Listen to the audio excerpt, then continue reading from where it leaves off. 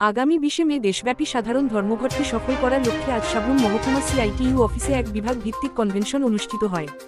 বামপন্থী গণসংগঠনগুলির আহ্বানে আয়োজিত এই কনভেনশন শুরু হয় দুপুর 12টায়। কনভেনশনে মহকুমা এলাকার ছাত্র, যুব, নারী, শিক্ষক, কর্মচারী, শ্রমিক, কৃষক ও ক্ষেতমজুর অংশের মানুষজন উপস্থিত ছিলেন। কর্মসূচিতে ধর্মঘটের প্রয়োজনীয়তা ও তা সফল করার বিভিন্ন দিক আলোচনা করা হয়। সভায় বক্তব্য রাখেন সিআইটিইউ রাজ্য কমিটির সম্পাদক শঙ্কর প্রসাদ দত্ত, ত্রিপুরা কর্মচারী সমন্বয় সমিতির রাজ্য সম্পাদক আশিস চৌধুরী, কৃষক নেতা প্রভাত চৌধুরী, শ্রমিক নেতা দীপক দে এবং যুব নেতা উচাথি মগ। বক্তারা বর্তমান সময়ের সামাজিক পরিস্থিতি, শ্রমিক কৃষকের সমস্যা, সরকারি নীতির বিরূপ প্রভাব এবং শ্রমজীবী মানুষের অধিকার রক্ষার লড়াইয়ের ওপর গুরুত্ব দেন।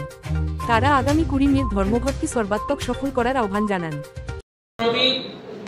আমাদের দেশের ক্ষেতমজুর, আমাদের দেশের কৃষক, আমাদের দেশের ছাত্র যুবরা, আমাদের দেশে তফসিলি উপজাতি, তফসিলি জাতি, অনগ্রসর সম্প্রদায়ের মানুষরা, সংখ্যালঘু অংশের মানুষরা তারা কিভাবে ক্ষতিগ্রস্ত হচ্ছে এই 11 বছরে মোদির শাসনে, সেটা সবাই গভীরে গিয়ে দেখার চেষ্টা করেন না, ভাবেন না।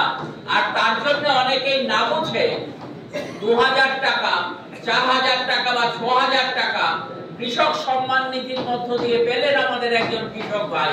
তিনি মোদির মিছিলে চলে যাচ্ছেন, বিজেপির মিছিলে চলে যাচ্ছেন, কিন্তু তিনি ভাবছেন না আমি কৃষক সম্মান নিধির মধ্য দিয়ে 6000 টাকা হয়তো পাচ্ছি কেন্দ্রীয় সরকারের কাছ থেকে, কিন্তু আমার ফসলের দাম আমি ঠিকভাবে পাচ্ছি না। বাজারে নিয়ে গেলে পর আমার ফসল উৎপাদন করতে গিয়ে আমার যে চাষের খরচটা বেড়ে গেছে, আমার যে পেস্টিসাইডস অর্থাৎ পোকামাকড় মারার ঔষধের দাম বেড়ে গেছে, আমার সেখানে সার কিনতে গিয়ে তার দামটা বেড়ে গেছে, বাজারে জিনিসপত্রের দাম বেড়ে গেছে।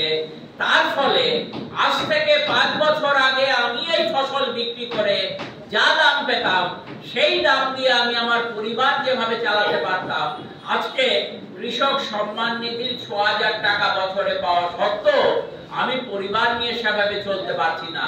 তাহলে তার কারণটা কি? মোদী সরকারের নীতির জন্য আমাকে 6000 টাকা দিচ্ছে, কিন্তু আমার ঘর থেকে 60,000 টাকা বের করে নিয়ে যাচ্ছে।